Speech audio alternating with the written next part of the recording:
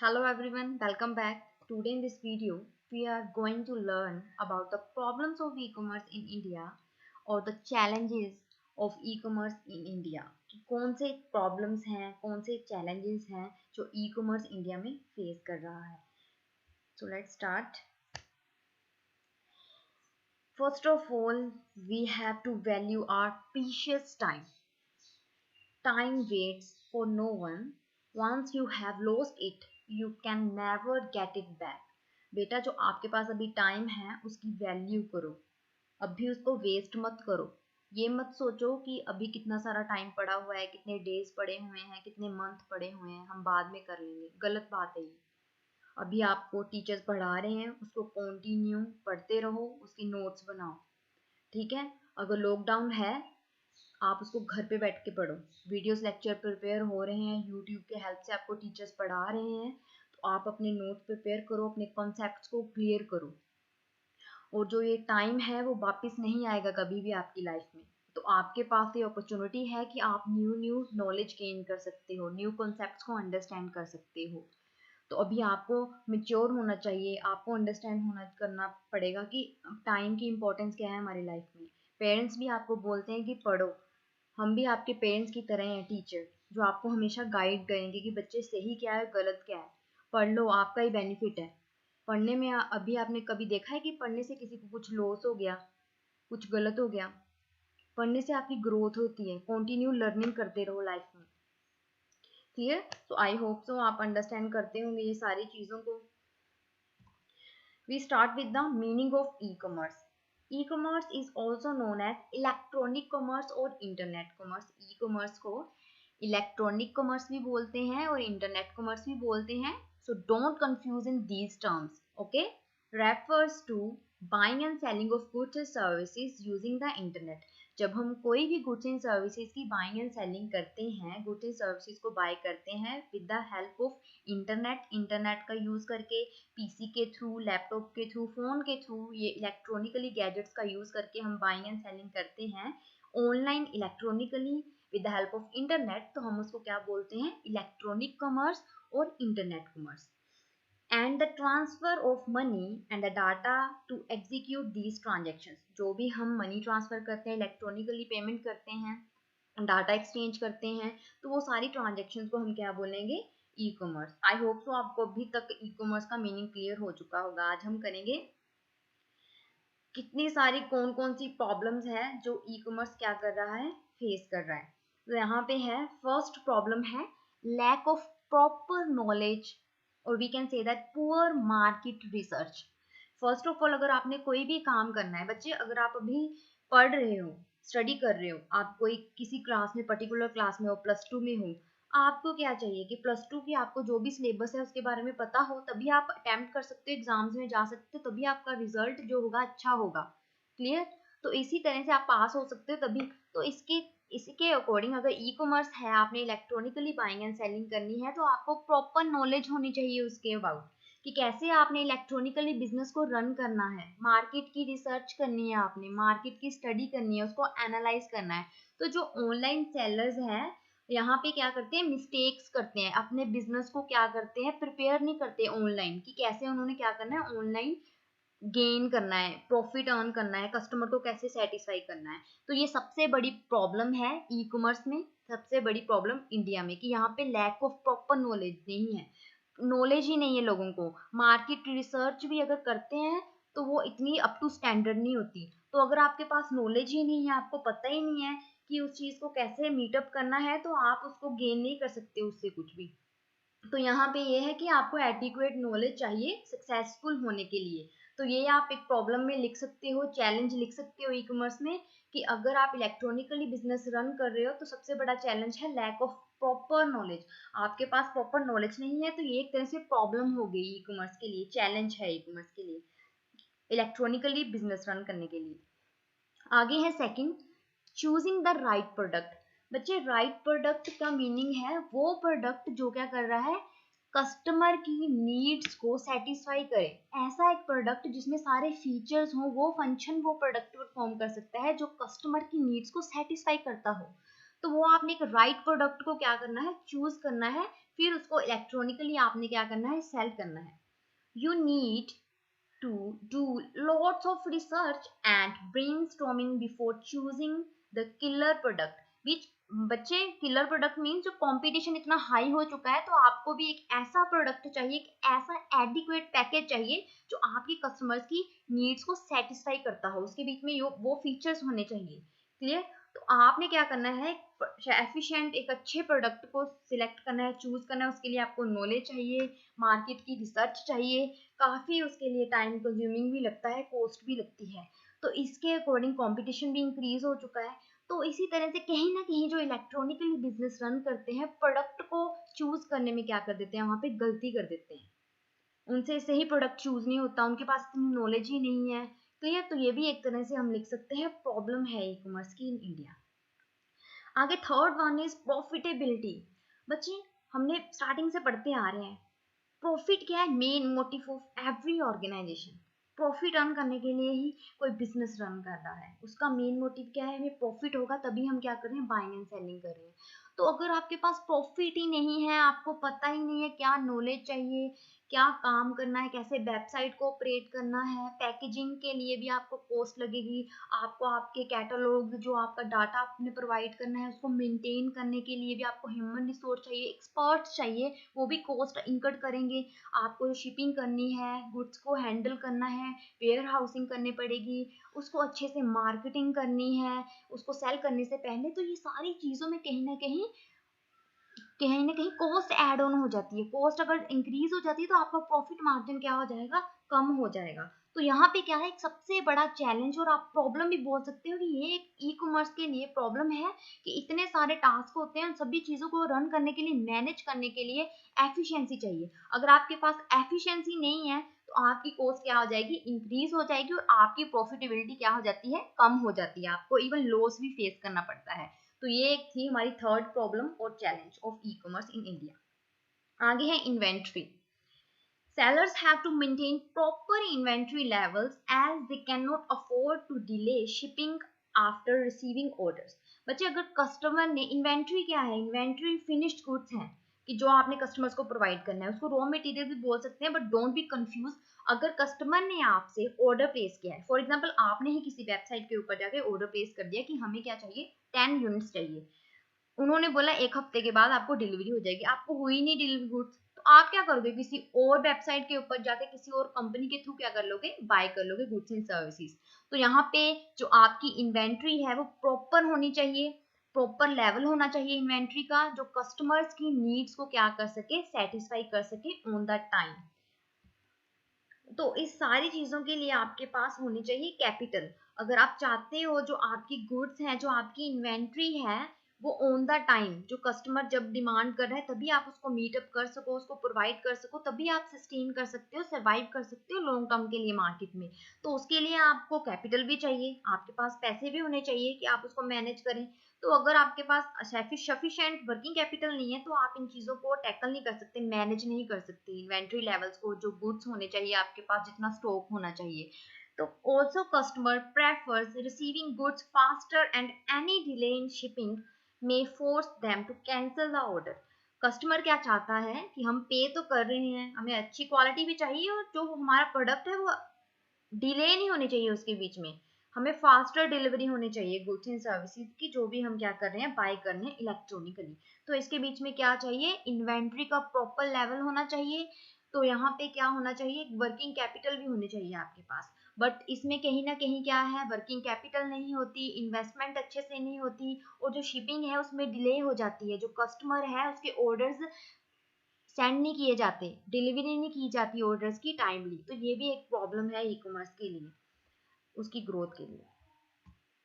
आगे है returns and cancellation. बच्चे आपने सोच कभी तो देखा होगा कि कैश ऑन डिलीवरी होती है. मोस्ट ऑफ द पीपल क्या करते हैं, अगर उनको इतना ज़्यादा सिक्योरिटी फील नहीं होती तो वो क्या करते हैं, cash on delivery order place कर देते हैं. तो उसमें से कहीं ना कहीं कई लोग क्या कर देते हैं, जब डिलीवरी बॉय आ जाता है उनको फ़ोन कॉल करता है तो फ़ोन ही नहीं उठाते.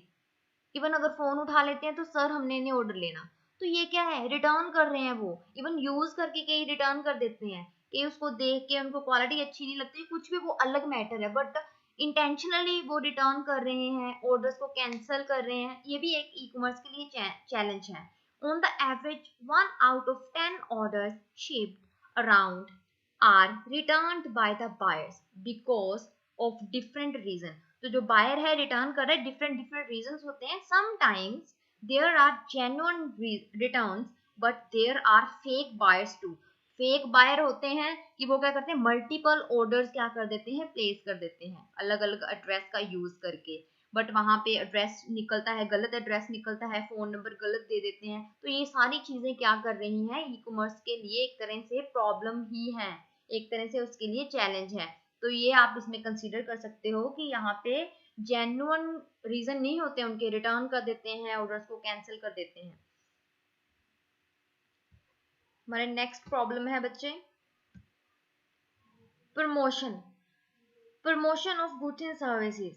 इलेक्ट्रॉनिकली अगर आप बिजनेस को रन कर रहे हैं with the help of internet, तो आप जो गुड्स एंड सर्विसेज अपनी सेल कर रहे हो वो इलेक्ट्रॉनिकली कर रहे हो with the help of internet. तो वहां पे आपको इलेक्ट्रॉनिकली ही अपनी गुड्स को क्या करना है, प्रमोट करना है कि हम क्या कर रहे हैं, इलेक्ट्रॉनिकली सेल कर रहे हैं. तो उसमें भी आपको नॉलेज चाहिए, आपको पता होना चाहिए कि कैसे आपने इलेक्ट्रॉनिकली मार्केटिंग करनी है, इलेक्ट्रॉनिकली अपनी गुड्स को प्रमोट करना है. जो हमारे ऑनलाइन स्टोर है उसमें कैसे हमने क्या करना है, सरवाइव करना है, लॉन्ग टर्म के लिए कस्टमर्स को अट्रैक्ट करना है. बट ये क्या है, it is not easy to make the product visible as customer do not come on their own. You have to market aggressively both online and offline. यहाँ पे आपको क्या करना पड़ेगा, कस्टमर को अट्रैक्ट करने के लिए ऑफलाइन एंड ऑनलाइन दोनों तरीके से क्या करना पड़ेगा, प्रमोशन करने पड़ेगी अपनी गुड्स को. ऑफलाइन में अगर बात करें, न्यूज़पेपर आ गया, ठीक है, टीवी आ गया. अगर ऑनलाइन की बात कर रहे हैं तो वहां पे यूट्यूब के थ्रू एडवर्टाइजमेंट आ जाती है आपकी. तो इसमें ऑनलाइन और ऑफलाइन दोनों की तरह हम क्या कर सकते हैं, प्रमोशन कर सकते हैं. ऑफलाइन में मैगजीन्स भी आ जाती हैं, न्यूज़पेपर आ जाते हैं, पैम्पलेट्स आ जाते हैं. ऑनलाइन में आप ऑनलाइन मोड्स आगे सोशल मीडिया के थ्रू करें, यूट्यूब के थ्रू करें, इंस्टाग्राम के थ्रू करें.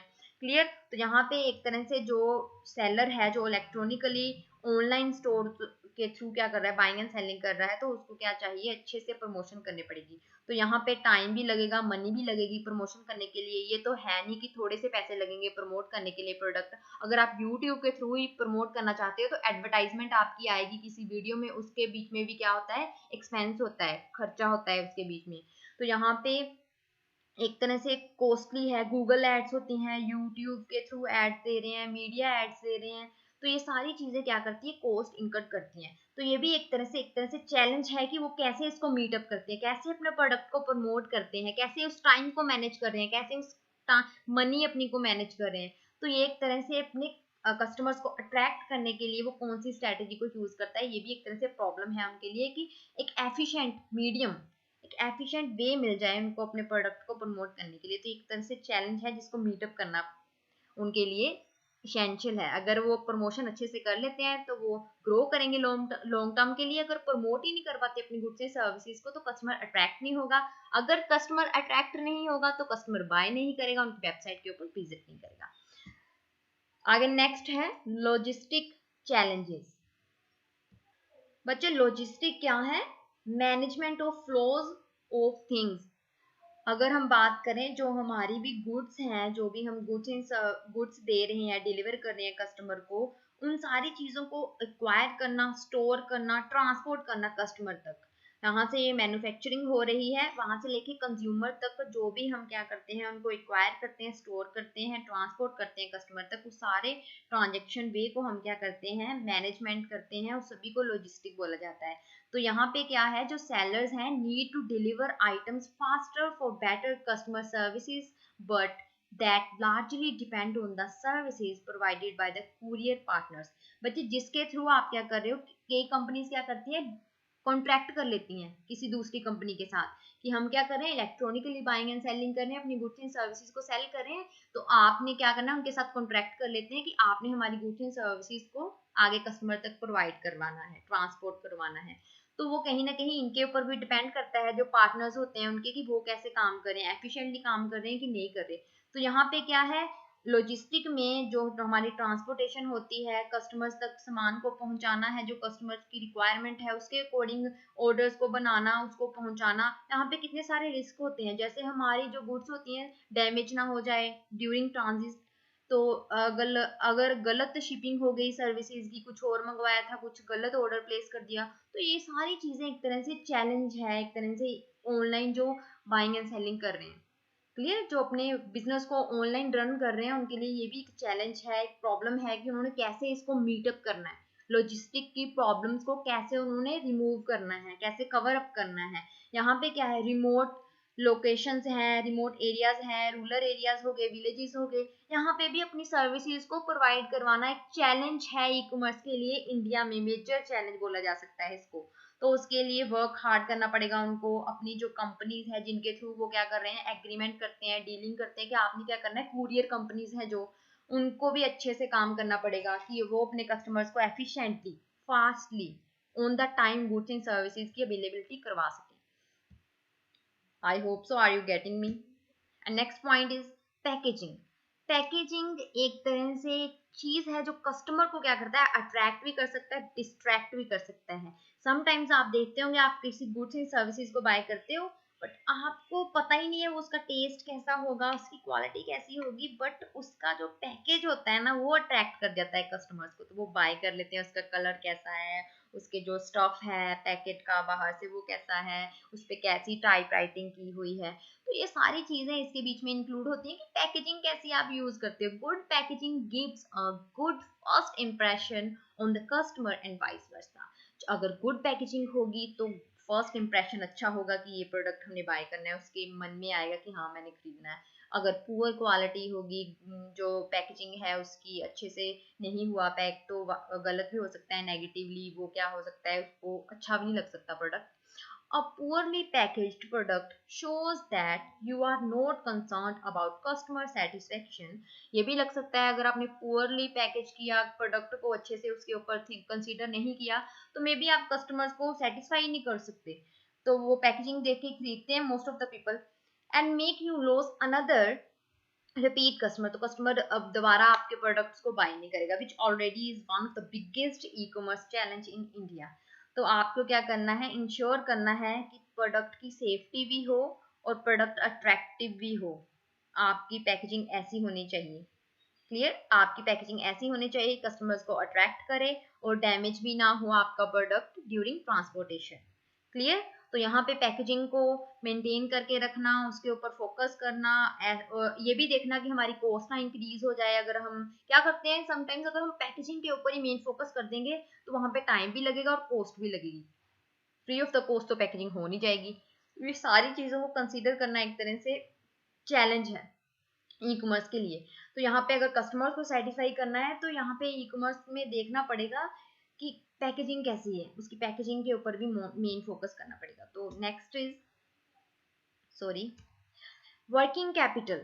बच्चे वर्किंग कैपिटल क्या है, यहाँ पे जो हमें डे टू डे की हम क्या करते हैं एक्टिविटीज करते हैं, उसके लिए हमें क्या चाहिए, कैपिटल चाहिए, फाइनेंस चाहिए। तो जो डे टू डे की एक्टिविटीज होती हैं उसके लिए जो हमें फाइनेंस चाहिए होता है उसको हम बोलते हैं basically working capital. Lack of investment is one of the biggest hurdles in the launching your business. Sellers need working capital to buy inventory. तो यहाँ पे हम बोल सकते हैं कि वर्किंग कैपिटल इसेंशियल है, वर्किंग कैपिटल होनी चाहिए किसी भी बिजनेस के पास अगर वो लॉन्ग टर्म के लिए सर्वाइव करना चाहता है मार्केट में इन अ कट थ्रोट कॉम्पिटिशन। तो अगर आपने यहाँ पे अपनी नीड्स को, अपनी जो भी पैकेजिंग है, जो रॉ मटेरियल है उसको खरीदना, उसको प्रोसेस करना, जो आपके ह्यूमन रिसोर्स है उनको सैलरीज पे करना, उन सभी चीज़ों के लिए आपको क्या चाहिए, कैपिटल चाहिए। तो working capital day to day की जो ट्रेडिंग ऑपरेशंस हैं उनको मीटअप करने के लिए आपको क्या चाहिए, वर्किंग कैपिटल चाहिए। सफिशिएंट अमाउंट होना चाहिए वर्किंग कैपिटल का। आपके पास अगर फाइनेंस नहीं है, वर्किंग कैपिटल ही नहीं है, तो आप कैसे कंटिन्यू कर सकते हो अपनी प्रोडक्शन को एफिशिएंटली और कस्टमर्स के जो ऑर्डर्स हैं उनको कैसे मीटअप करोगे। तो वर्किंग कैपिटल को एक तरह से मेंटेन करके रखना, सही लेवल के ऊपर मेंटेन करके रखना कि हमें इतनी वर्किंग कैपिटल चाहिए तो इतना वर्किंग कैपिटल आपके पास होना चाहिए। तो वो सारी चीजें क्या है, एक तरह से चैलेंज है जो ऑनलाइन बाइंग, जो अपनी गुड्स एंड सर्विसेज को सेल कर रहे हैं। तो ये एक तरह से उनके लिए चाहिए कि वो क्या करें, एक तरह से अच्छे से सारी चीज़ों को क्या करें, मैनेज करें। अगर उनके पास वर्किंग कैपिटल नहीं है सफिशिएंट तो वो लोन भी ले सकते हैं। तो ये सारी चीज़ों को मेंटेन करना, एक तरह से अगर नहीं होता मेंटेन, वर्किंग कैपिटल ही नहीं है उनके पास, वो कैसे आगे जाके डे टू डे के ऑपरेशंस को रन करेंगे, कैसे उनकी प्रोडक्शन कंटिन्यू होगी, तो वो तो चले जाएंगे लॉस में चले जाएंगे। तो फिर कंपटीशन नहीं मीट कर पाएंगे, कंपटीशन नहीं हुआ और कस्टमर्स सेटिस्फाई नहीं होंगे तो फिर तो बंद ही हो जाएगी। एक तरह से वर्किंग कैपिटल को मैनेज करना भी एक तरह से चैलेंज है ई कॉमर्स में। आगे नेक्स्ट लीगल बैरियर्स। बच्चे यहाँ पे क्या है, लीगल बैरियर्स भी है समटाइम्स। यहाँ पे ई कॉमर्स की ग्रोथ क्या हो रही है, कितनी ज़्यादा इंक्रीज हो रही है, number of online buying and selling increasing day by day. तो यहाँ पे क्या है, इंडिया में जो लीगल अथॉरिटीज़ हैं, लॉज बनाए गए हैं, वो भी इतने स्ट्रिक्ट नहीं है, उनको भी अमेंड करने की ज़रूरत है। अगर बनाए भी गए हैं तो वो सफिशेंटली सारे जो प्रॉब्लम्स हैं उनको क्या करते, कवर अप नहीं कर पाते। तो यहाँ पे अगर फेक सेलिंग हो रही है, वो भी फेक सेलिंग भी इंक्रीज हो रही है, फ्रॉड्स हो रहे हैं, तो उसके लिए क्या चाहिए, एक तरह से लीगल आपके लिए सेफ गार्ड चाहिए, जो कि आपके लिए प्रॉपर सेफ गार्ड इंडिया में नहीं है अवेलेबल। अगर आपके साथ कोई फ्रॉड होता है तो अगर आपकी सुनवाई होती है, आपको कोई भी बेनिफिट मिलना चाहिए उसके बदले में, आपका जो कंपनसेशन है उसके लिए भी टाइम लग जाता है, कितने सारे प्रोसेसेस को आपको फॉलो करना पड़ता है। तो जो ऑनलाइन सेलर्स हैं इवन उनको भी इसके बारे में अवेयर होना चाहिए कि कौन कौन से लीगल हमारे पास एस्पेक्ट्स हैं, सेफ गार्ड्स हैं, तो लॉज हैं जो उनके लिए बनाए गए हैं उसके बारे में भी उनको नॉलेज होनी चाहिए। तो यहाँ पे ये भी हम लिख सकते हैं कि ये भी एक लिमिटेशन है कि हमारे पास यहाँ पे इंडिया में स्पेसिफिकली एक कई ऐसे वेराइटी ऑफ लॉज नहीं है जो कि पर्टिकुलरली सारी जो भी हमारे फेक सेलिंग हो रही है, फ्रॉड्स हो रहे हैं ऑनलाइन ट्रांजेक्शन्स में, उनको क्या कर सके, कवर अप कर सके। और अगर है भी तो उनमें टाइम टू टाइम अमेंडमेंट्स होनी चाहिए। Next is cash on delivery. Cash on delivery I hope सो आप सभी को पता होगा। अगर हम ऑनलाइन कुछ भी चीज़ को बाय करते हैं तो हम वहाँ पे ऑप्शंस होती है कि आप क्या करना चाहते हो, ऑनलाइन पे करना चाहते हो क्रेडिट कार्ड के थ्रू, डेबिट कार्ड के थ्रू, और cash on delivery. Cash on delivery में है कि आपको जब गुड्स रिसीव होंगी आपने उसी टाइम पे क्या करना है, जो डिलीवरी बॉय होता है उसको आपने पेमेंट करनी है।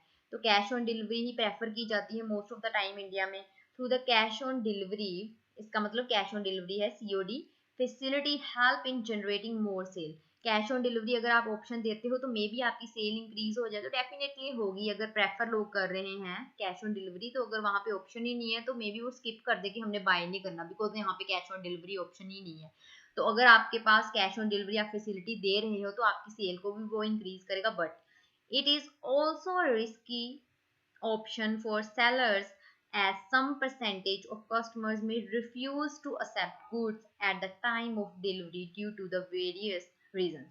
Sometimes क्या होता है, गुड्स को उन्होंने ऑर्डर कर दिया तो कैश ऑन डिलीवरी ऑप्शन को उन्होंने सिलेक्ट किया कि हम कैश ऑन डिलीवरी करेंगे, जब हमारी डिलीवरी आ जाएगी, गुड्स आ जाएंगी तो हम क्या कर देंगे, उस टाइम पे जब गुड्स मिलेंगी डिलीवरी पेमेंट कर देंगे। तो समटाइम्स कस्टमर यहाँ पे क्या करते हैं, गुड्स को लेने से ही मना कर देते हैं, और वो भी जेन्युइन रीजंस नहीं होते उनके, ठीक है। डिलीवरी के टाइम पे वो रीजन क्या करते हैं, गुड्स एंड सर्विसेज जो भी उन्होंने ऑर्डर की होती हैं वो रिफ्यूज कर देते हैं, गुड्स को एक्सेप्ट ही नहीं करती, तो पेमेंट कहाँ से करेंगे।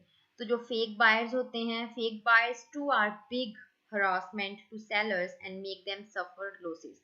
जो फेक बायर्स हैं ऑर्डर तो कर देते हैं कैश ऑन डिलीवरी ऑप्शन को फैसिलिटी का यूज करके, फिर उसके बाद जब ऑर्डर की डिलीवरी होती है तो पेमेंट ही नहीं करते, ऑर्डर को रिसीव ही नहीं करने जाते, इवन फोन कॉल्स ही नहीं पिक करते। तो ये भी एक तरह से आप लिख सकते हो कि कैश ऑन डिलीवरी जो ऑप्शन है, फैसिलिटेशन है, अगर उसके पॉजिटिव साइड भी है कि हमारी सेल इंक्रीज हो जाती है, तो उसके नेगेटिव भी साइड है, बिकॉज वो पेमेंट ही नहीं कर रहा, कस्टमर डिलीवरी के टाइम पे करेगा। तो अगर डिलीवरी नहीं, फेक जो बायर्स होते हैं वो डिलीवरी लेने नहीं जाएंगे तो पेमेंट कहाँ से करेंगे। Next is changing market trends. तो यहाँ पे क्या है, अभी मार्केट के जो ट्रेंड्स हैं वो चेंज हो रहे हैं। आपने देखा होगा टेस्ट कितनी जल्दी चेंज होता है, लोगों का प्रेफरेंस चेंज हो रही है, न्यू न्यू टेक्निक्स आ रही हैं, न्यू न्यू इनोवेटिव आइडियाज आ चुके हैं, कितना सारा कंपटीशन हो चुका है, ग्लोबलाइजेशन हो चुकी है, पूरे वर्ल्ड लेवल के ऊपर आप कहीं भी गुड्स एंड सर्विसेज की बाइंग एंड सेलिंग कर सकते हैं। तो यहाँ पे क्या है, आपके लिए टफ है कि आप क्या करो, मार्केटिंग जो भी मार्केट के चेंजिंग ट्रेंड्स हैं उनको मीटअप करो। तो यहाँ पे है market and fashion trends keep changing faster, change होते रहते हैं जो ट्रेंड्स हैं, you need to be aware of the latest trend to avoid falling behind the growing competition.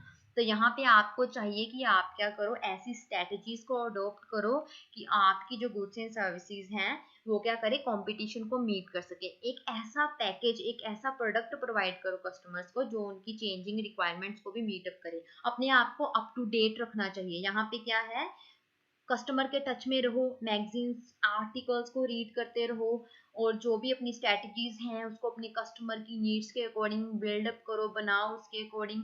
तो यहाँ पे आप क्या कर सकते हो, मार्केट में रह सकते हो अगर आपको प्रॉपर नॉलेज होगी कि मार्केट के कौन कौन से ट्रेंड्स हैं। तो यहाँ पे ये प्रॉब्लम है, ये चैलेंज है ई कॉमर्स के लिए कि जो मार्केट ट्रेंड्स हैं जो चेंज होते जा रहे हैं उनको कैसे मीटअप करें, कैसे चेंजिंग ट्रेंड्स के अकॉर्डिंग अपने प्रोडक्ट को डेवलप करें, इनोवेट करें, उसमें चेंजेस लेके आए कि कस्टमर हमारे प्रोडक्ट को ही प्रेफर करे, ना कि कॉम्पिटिटर के प्रोडक्ट को। तो next is attracting repeat customer. ये भी एक तरह से चैलेंज में बोल सकते हैं। इलेक्ट्रॉनिकली कॉमर्स, अगर हम इलेक्ट्रॉनिकली बाइंग एंड सेलिंग कर रहे हैं तो कस्टमर एक बार बाय करता है, उसको हम क्या करें, अट्रैक्ट करें कि वो रिपीट बार बार हमारे प्रोडक्ट को ही क्या करे, बाय करे, हमारी वेबसाइट के ऊपर ही विजिट करे और हमारे प्रोडक्ट को ही क्या करे, प्रेफर करे। तो ये एक तरह से इजी तो है नहीं, कहने में तो इजी है, बट अगर एक्चुअल में देखा जाए तो कस्टमर को फिर से दोबारा अट्रैक्ट करना कि वो हमारा ही प्रोडक्ट बाय करे, किसी और कॉम्पिटिटर का प्रोडक्ट को बाय ना कर ले, तो ये एक टफ टास्क है। तो यहाँ पे क्या है, सक्सेसफुल बिजनेस आपका होना चाहिए। आपको चाहिए कि आपका प्रोडक्ट ऐसा होना चाहिए जो कस्टमर्स को अट्रैक्ट करे।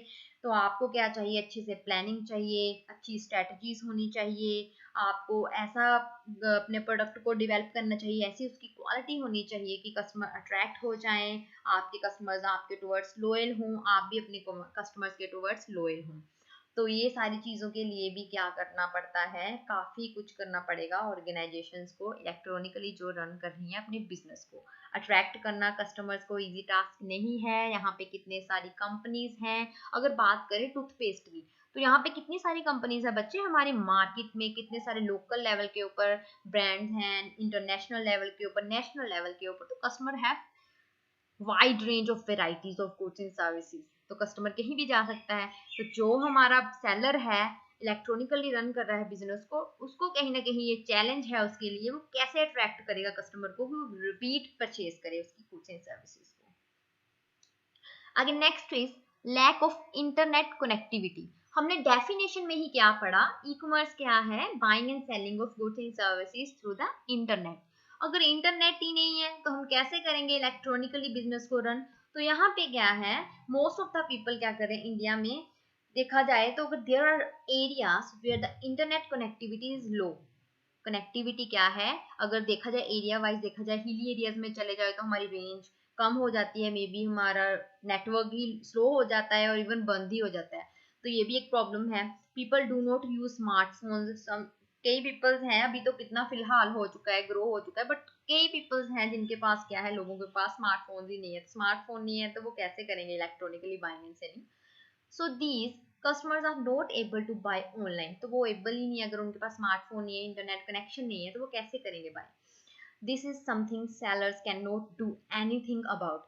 अगर कस्टमर सेटिस्फाई नहीं है बच्चे, आपके प्रोडक्ट के रिलेटेड क्वालिटी अच्छी नहीं है, तो आप क्या कर सकते हो, उसको चेंज कर सकते हो, क्वालिटी को इम्प्रूव कर सकते हो। अगर आपकी पैकेजिंग पसंद नहीं है, आप पैकेजिंग में चेंज कर सकते हो। कंपटीशन है तो आप उसको मीट करने के लिए स्ट्रैटेजीज बना सकते हो, कुछ कर सकते हो। बट कहीं ना कहीं अगर इंटरनेट कनेक्टिविटी ही नहीं है कस्टमर के पास, तो आप कैसे करोगे वहां पे, क्लियर। तो वहां पे टावर तो लगा नहीं सकते वहां पे इंटरनेट के लिए। तो ये क्या है, एक तरह से सबसे बड़ा चैलेंज है कि इंटरनेट कनेक्टिविटी नहीं है, तो वहां पे हम कैसे अपने गुड्स एंड सर्विसेज प्रोवाइड करें।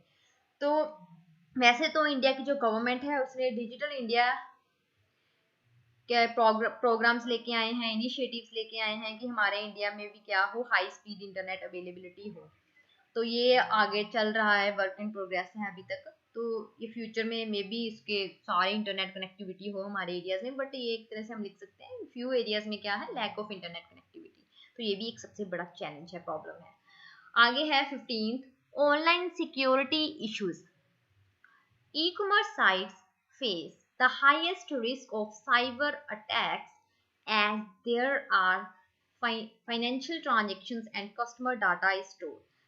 हमने जब इलेक्ट्रॉनिकली देखते हैं कि बिजनेस हो रहा है, इलेक्ट्रॉनिकली कोई सेलर क्या कर रहा है, अपनी गुड्स एंड सर्विसेज को कस्टमर को सेल कर रहा है, तो वहां पे जो है इलेक्ट्रॉनिकली पेमेंट भी होगी, इलेक्ट्रॉनिकली डाटा भी एक्सचेंज होगा, कस्टमर के पासवर्ड्स क्या हैं, अगर क्रेडिट कार्ड के थ्रू आप कर रहे हो, इलेक्ट्रॉनिकली कर रहे हो, तो उसका क्या पासवर्ड है, यूजर का नेम क्या है, उसकी कॉन्फिडेंशियल इंफॉर्मेशन होगी, फाइनेंशियल ट्रांजेक्शन होगी। तो कहीं ना कहीं जो साइबर अटैक्स हैं, जो हैकर्स हैं, वो क्या करते हैं, हैक कर लेते हैं। तो ये चीजें कस्टमर को क्या करती है, डीमोटिवेट करती हैं कि हमने ऑनलाइन क्या करना है, कम से कम ट्रांजेक्शन करनी है, इवन करनी ही नहीं है। तो ये चीजें क्या है, एक तरह से प्रॉब्लम है ई कॉमर्स के लिए इन इंडिया, कि ग्रो नहीं कर पा रहा हमारा ई कॉमर्स। ये सारी प्रॉब्लम्स क्या कर रही हैं, ग्रोथ के लिए एक तरह से ई कॉमर्स की ग्रोथ को कम कर रही हैं, आप बोल सकते हो। एक तरह से उसके लिए चैलेंज है कि उसको कैसे मीटअप करें। तो so you need to keep your site secure. आपको चाहिए कि आपकी साइट जो हो, आपकी वेबसाइट है जो भी, जिसके थ्रू आप सर्विसेज प्रोवाइड कर रहे हैं, कस्टमर को गुड्स प्रोवाइड कर रहे हैं इलेक्ट्रॉनिकली, वो सिक्योर हो। तो आपकी जो पीसी है, लैपटॉप है, जिसके थ्रू आप ट्रांजेक्शन कर रहे हो, वो सिक्योर होना चाहिए, उसमें एंटीवायरस होना चाहिए।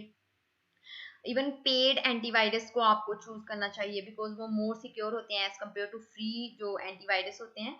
तो यहाँ पे कहीं ना कहीं कॉस्ट भी आएगी, और आपको सिलेक्ट करना पड़ेगा कि कौन सा हमने चूज करना है, कौन से एंटीवायरस लेने हैं, कैसे हमने अपने आप को सिक्योर करके रखना है, कैसे साइट को सिक्योर करना है, उसके लिए ह्यूमन रिसोर्स चाहिए, एक्सपर्ट्स चाहिए। तो कहीं ना कहीं ऑनलाइन सिक्योरिटी इश्यूज फेस कर रहा है ई कॉमर्स इन इंडिया। तो ये आप लिख सकते हो उसके बीच में। Next is lack of proper cyber laws. बच्चे साइबर क्या है, जो साइबर लॉज होते हैं वो पार्ट है लीगल सिस्टम के, that deal with the internet, and जो भी इंटरनेट के रिलेटेड ट्रांजेक्शन होती हैं, लीगल इश्यूज हैं, क्लियर कंप्यूटर नेटवर्क के रिलेटेड इश्यूज हैं, उसके लिए क्या बनाया गया है, गवर्नमेंट ने लॉज बनाया है जिसको बोलते हैं साइबर लॉज। तो यहाँ पे स्पेसिफिक साइबर लॉज ही नहीं है जो क्या करें, हमें प्रोटेक्ट करें। तो यहाँ पे कस्टमर को ट्रस्ट नहीं है ई कॉमर्स के ऊपर, कि अगर हम इलेक्ट्रॉनिकली बाइंग एंड सेलिंग करेंगे तो यहाँ पे मे बी हमारी इंफॉर्मेशन का कोई मिस यूज कर ले, हमारी पैसे निकाल ले कोई भी। तो यहाँ पे कहीं ना कहीं क्या लिख सकते हैं हम, ये प्रॉब्लम है। The appropriate cyber laws is necessary to maintain the cyber security in the country. तो कंट्री में होना चाहिए कि एप्रोप्रिएट साइबर लॉज होने चाहिए जो क्या करें, मेंटेन करके रखें सिक्योरिटी को, सिक्योरिटी इश्यूज को क्या करें, कंट्रोल करें। So it is not possible to conduct e-commerce businesses smoothly without implementing timely and appropriate cyber laws in India। अगर laws ही नहीं होंगे, उनके खिलाफ कोई एक्शन ही नहीं होगा, तो वहां पे फ्रॉड तो इंक्रीज हो जाएंगे। अगर आपको, आप देखो बच्चे अपने ऊपर, अगर आपको लगता है कि टीचर तो कुछ बोलेगी नहीं, हम जो मर्जी करते रहें, हमेशा हर रोज गेम ही खेलते रहें, वीडियोस लेक्चर अटेंड ही ना करें, कुछ ही नहीं बोलेंगे, तो आप क्यों करोगे ना, आप तो खेलते रहोगे, आपके मम्मी पापा नहीं बोलेंगे, आप तो लगे रहोगे गेम खेलने के लिए, टाइम वेस्ट करोगे। अगर आपको कोई बोलने वाला होगा, आपके ऊपर कोई एक्शन लेने वाला होगा, आपको पनिशमेंट का डर होगा, तो आप कैसे नहीं पढ़ोगे, पढ़ना पड़ेगा। फिर आपको आपको देखना पड़ेगा आपका फ्यूचर, आपको फिर समझ में आएगा कि हाँ जी पढ़ लो भी। तो यहाँ पे क्या है, प्रॉपर साइबर लॉज नहीं है इंडिया में। तो ये भी एक तरह से हम बोल सकते हैं कि ई कॉमर्स को कहीं ना कहीं उसकी ग्रोथ में क्या है, प्रॉब्लम क्रिएट कर रहा है, उसकी ग्रोथ नहीं हो पा रही, इतने लोग मार्केटिंग नहीं कर रहे, इतने लोग क्या कर रहे हैं, ऑनलाइन बाइंग नहीं करते गुड्स एंड सर्विसेज की। But the cyber law is not up to the mark in India. It needs reform and makes laws according to the types of offense for its proper implementation. तो India में अगर laws है भी है ना cyber laws, तो उनको change करना चाहिए। रिफॉर्म्स होता है बच्चे चेंज, उसमें ज़रूरत है कि वो according to situation, according to अभी कितना चेंजेस हो रहे हैं, सिचुएशंस में चेंज हो रहे हैं, फ्रॉड इंक्रीज हो रहे हैं, तो उसके अकॉर्डिंग उसमें रिफॉर्म्स भी होने चाहिए। और जो लॉज हैं वो according to type of offence होना चाहिए, कि कैसा ऑफेंस किया हुआ है किसी ने, कैसे उन्होंने फ्रॉड किए हैं, उसके अकॉर्डिंग लॉज होने चाहिए। तो ये था हमारा 16th problem challenge of e commerce. आगे 17th है कंज्यूमर परसेप्शन। कंज्यूमर की क्या परसेप्शन है, उसकी क्या थिंकिंग है, वो कैसा सोचता है। समटाइम्स हम देखते हैं कि कई लोगों के दिमाग में ये फिट हो चुका होता है कि इलेक्ट्रॉनिकली हमने बाइंग नहीं करनी, हमने कुछ भी इंटरनेट के थ्रू बाय नहीं करना, बिकॉज वहां पे क्वालिटी अच्छी नहीं होती, फ्रॉड होते हैं, हमारी इंफॉर्मेशन का मिस यूज होता है। तो इसमें हम क्या कर सकते हैं, उनको लगता है कि ऑनलाइन फ्रॉड हो रहे हैं, हमारी आइडेंटिटी को कोई भी चुरा सकता है, हमारी इंफॉर्मेशन को चोरी कर सकता है, उसका मिस यूज कर सकता है, हमारी कॉन्फिडेंशियल इंफॉर्मेशन का यूज कर सकता है, हमारी वेबसाइट के ऊपर जो हम इंफॉर्मेशन देते हैं। तो ये सारी चीजें क्या करती हैं, लोगों को डीमोटिवेट करती हैं कि वो ऑनलाइन बाइंग ना करें। तो ये एक चैलेंज है, एक तरह से हम बोल सकते हैं कि कंज्यूमर की जो परसेप्शन है अगर वो नेगेटिव है, तो ये एक तरह से चैलेंज है ई कॉमर्स के लिए कि वो कैसे उसको मीटअप करे, कैसे उसको पॉजिटिवली क्या करे, कन्वर्ट करे। तो अगर कस्टमर की परसेप्शन ये है कि कंपनी अच्छी नहीं है, इलेक्ट्रॉनिकली हमने बाइंग एंड सेलिंग नहीं करनी, तो वहां पे कहीं ना कहीं ई कॉमर्स जो इलेक्ट्रॉनिकली अपनी गुड्स एंड सर्विसेज में डील कर रहे हैं उनके लिए डिफिकल्ट हो कि उनको क्या करे, ट्रस्ट में लेके आए, उनकी परसेप्शन को चेंज करे।